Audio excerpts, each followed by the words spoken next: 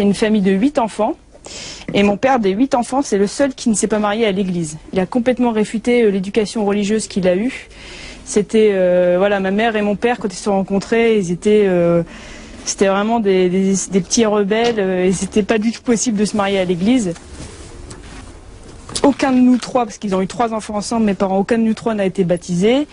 On n'a pas du tout été élevés dans la religion, alors que mon père, lui, il avait une éducation religieuse. Ma mère, pas du tout. Mes grands-parents maternels, c'est pas du tout des religieux. Pourtant, moi, depuis que je suis toute petite, j'y pense, je lui parle, je prie à ma manière, je me sens reliée à lui, je me sens en connexion, mais sans avoir de dogme précis, sans avoir de religion, sans... Je me rappelle que quand j'allais en vacances chez mes grands-parents paternels, donc la famille plutôt catho, ils m'emmenaient à l'église, je posais beaucoup de questions sur Jésus, etc. Il y avait beaucoup de choses que je ne comprenais pas, parce que vous savez, la Sainte Trinité, c'est un mystère. Donc il y a des choses que je ne comprenais pas, puis qui sont complètement abstraites encore aujourd'hui. Comment penser un seul Dieu, 3 personnes? Ça veut dire que la Trinité est en même temps indivisible et inconfuse. Eh bien, c'est impensable. Indivisible, c'est-à-dire que lorsque le Christ est mort sur la croix, il y avait le Père et l'Esprit Saint. Et en même temps, comment dire, c'est un seul Dieu, 3 personnes, et saint Augustin lui dit très bien, le Père n'est pas le Fils n'est pas le Père, l'Esprit Saint n'est pas le Père. Enfin, on peut comme ça combiner les 3 personnes divines. Et il est bien évident que quand je dis ça, c'est ça qui est compliqué. Je ne crois pas au trithéisme. Trithéisme, c'est croire en 3 dieux, le Père, le Fils et le Saint-Esprit. Et je ne crois pas non plus au monadisme. Le monadisme, c'est dire, oh, le Père, le Fils et l'Esprit Saint, c'est la même chose.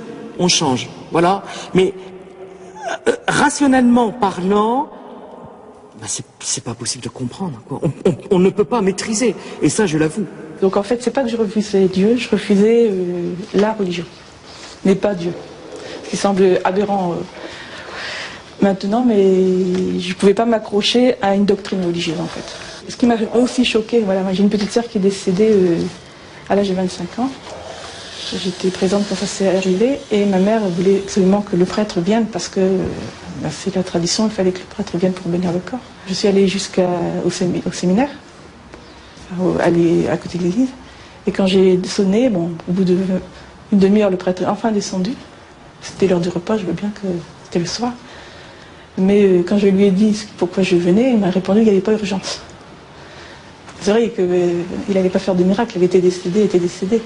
Et l'extrême onction, c'était terminé, c'était une mort brutale, donc pas de problème. Mais le problème, c'est le fait qu'il n'y avait pas urgence parce que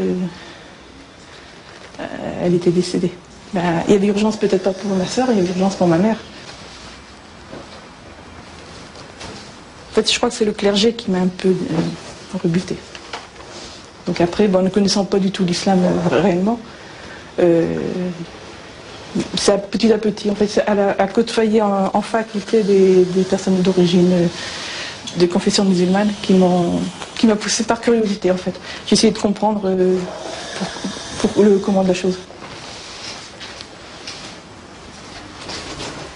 Alors moi je suis d'origine italienne, mes 2 parents sont italiens de la vallée d'Aos, c'est la Savoie italienne. Et ils m'ont transmis la foi du charbonnier, leur catholicisme romain, et auquel j'ai adhéré jusqu'à l'âge de 28 ans. Et à l'âge de 28 ans, je me suis converti à l'islam. Pourquoi? Parce que depuis que j'étais gamin, j'avais toujours le sentiment qu'il y avait quelque chose de commun dans les différentes religions.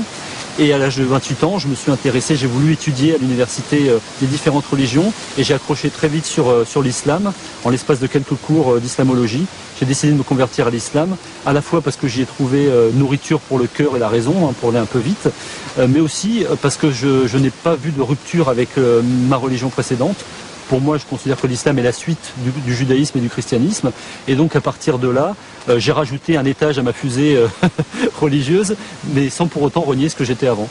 Sur ma carte d'identité, j'ai 2 prénoms. Je veux dire, si ça pose problème à des gens de m'appeler David, ils peuvent m'appeler Mehdi, ça ne me pose aucun problème, ça pose des problèmes aux autres. Voilà, moi, personnellement, que je m'appelle David ou Mehdi ou Jean-Claude ou Brian, je serai toujours musulman et c'est pas le prénom qui fait la religion, en fait. L'islam, je l'ai rencontré lors d'un voyage en Afrique que je préparais depuis ma plus tendre adolescence. Ma mère, elle m'a dit que j'ai commencé à en parler, je devais avoir 13-14 ans, arrivé au collège. Donc juste après le lycée, j'ai travaillé un truc du genre 6 mois pour me faire de l'argent. Et après, je suis partie vivre en Afrique un petit peu plus d'1 an. Donc je suis arrivée en Afrique au Sénégal. Quand tu entends des lectures du Coran, même si tu ne comprends rien, tu ressens quelque chose de très fort. Et moi, c'est ça en fait qui m'a fait comprendre que je comprenais rien. J'entendais juste des mots, des sons, mais j'avais envie de pleurer. Il y avait quelque chose de fort qui me submergeait, quoi. Tout le monde dit convertir. En fait, c'est reconvertir parce qu'on est tous musulmans. Et ça, après, c'est dans le contexte qu'on devient juif ou alors chrétien, tout ça. Donc là, je me suis reconverti en septembre 2006. J'ai voulu chercher un travail et c'est grâce à une connaissance à mon père que j'ai eu un travail dans un collège.